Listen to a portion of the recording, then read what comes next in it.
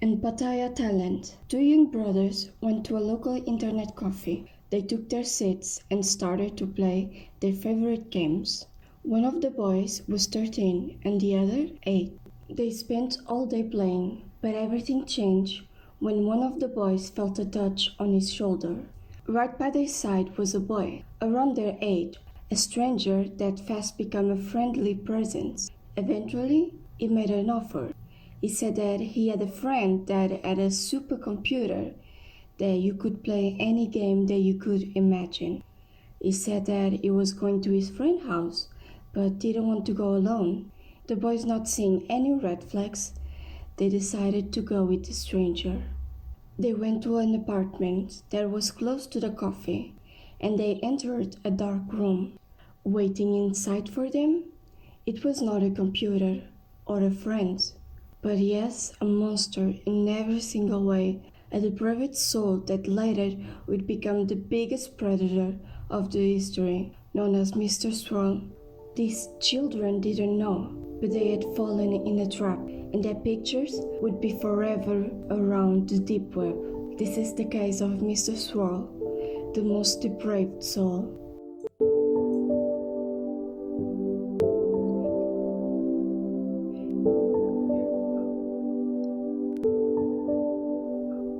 In 2004, the German police found a warehouse that had a single hard drive that contained hundreds of pictures. Some of them showed beautiful landscapes and delicious meals, but what caught the attention of the investigators was the indescribable scenes of child abuse. They realized that all the photos had something in common: an individual with his face hid behind a swirl effect that distorted his face in a confusion of pixels. These actions were made to provoke the ones that were to find the image.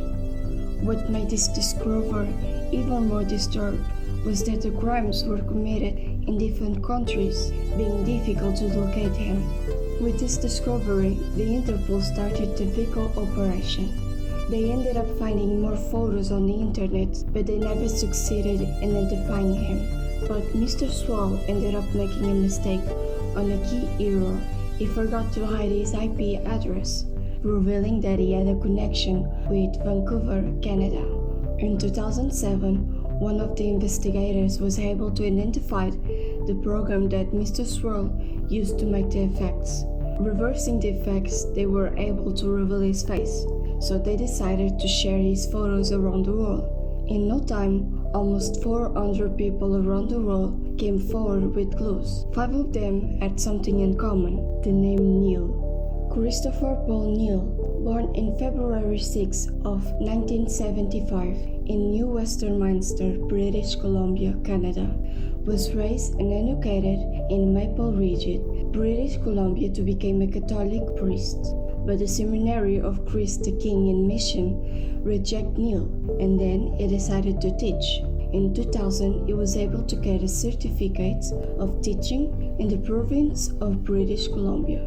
It is believed that Neil started his sexual abuse in minors on the internet and then corporal abuse in 2000, because it was that time that the image started to being published. In 2007, he worked as an English teacher in South Korea, but when his face photos were published, he traveled to Thailand with a unique ticket.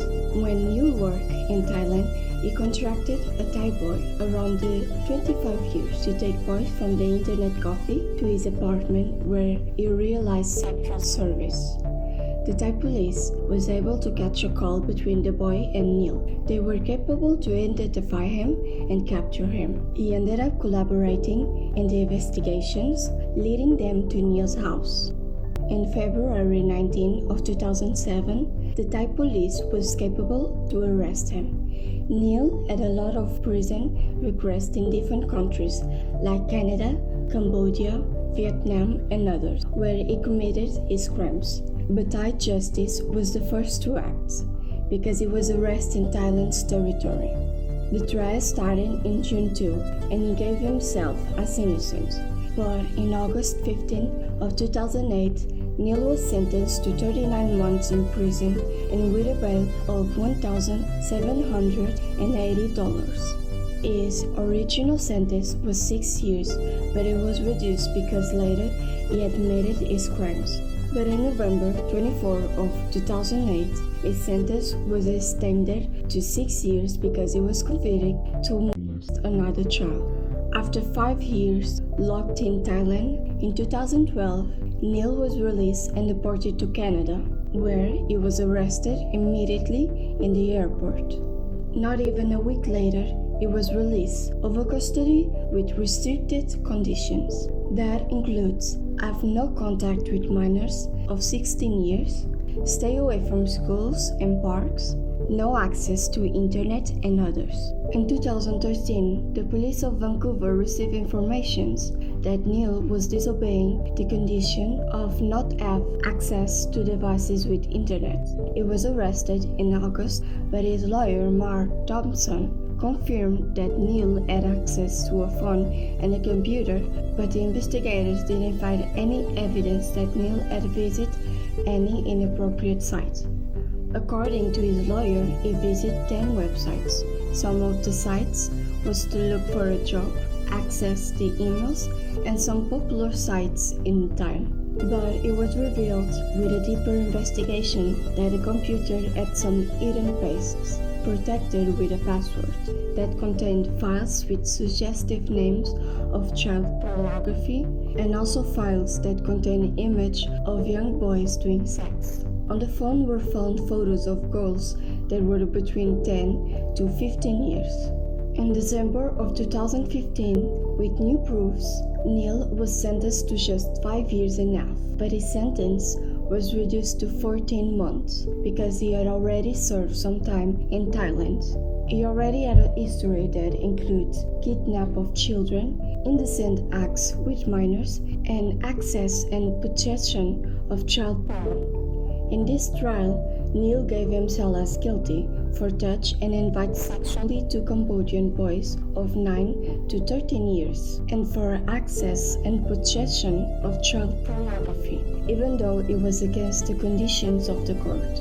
Convicted pedophile Christopher Neil appeared in court today. Province reporter Jennifer Saltman has more. Infamous international child molester Christopher Paul Neil pleaded guilty in New Westminster Supreme Court on Wednesday to 2 counts of sexual interference involving a child under 14, 1 count of possessing child porn, and 2 counts of accessing child porn. The sex abuse incidents took place in Cambodia, while the other charges relate to offenses that took place in Maple Ridge and Vancouver. Sentencing will take place in the new year following the preparation of a pre-sentence report. Neil is better known as the Swirl-faced pedophile, dubbed as such because he appeared in about 200 images of child pornography with his face obscured in a swirl. For the offenses he committed in the images, he spent 5 years in a Thai prison. Since returning to Canada in 2012, Neil was placed on a peace bond, which he violated by having devices that could access the internet. He was charged with the current offenses in March of 2014. But in March of 2017, he was released again and is living nowadays in Vancouver, with again restricted orders like not have contact with minors, personal or through the internet, and couldn't access or possess any device with internet or other person do that for him. The Mr. Swirl case is still disturbing. Even with all the attention around the world and the law trying her best, he is now living a normal life after serving in the max 6 years in prison. It's known that he made in a minimum 12 victims, meaning that he didn't even made 1 year for victim, and even he had been arrested for a second time for possession of child. It just served the minimal of the minimals. The case serves to demonstrate that sometimes justice is not fair, and now one of the most looked predators by Interpol is free, with the possibility of doing more victims. The world dissatisfaction is perceptible in comments like, Canada's justice system is skewed. When the law doesn't prevent monsters, it's the people's responsibility and community to make sure they don't live in peace. Vigilant justice sometimes is justified. AMO, this is one of the cases. And if you do that, you get arrested in Canada too. It's a pathetic joke. If someone breaks into your house and you attack them, you go to jail. Yet degenerates like this get off scot-free. I just tried to look him up in the database for sex offenders, and I guess British Columbia is one, but it isn't open to public. That seems really counterproductive to me. Like, yes, it's helpful to cops, but what? In the US, if a sex offender lives on your street, you are notified. And no one try and make the discrimination argument, because honestly, if you are a sex offender, people should discriminate against you because you are a danger. Why isn't this boosted? We need to know how 1. The victims are doing, 2. What is he doing, 3. We should know where he lives because the Canadian system doesn't have a public sex offender register, so we need that change. And 4. It needs to serve life with a death penalty.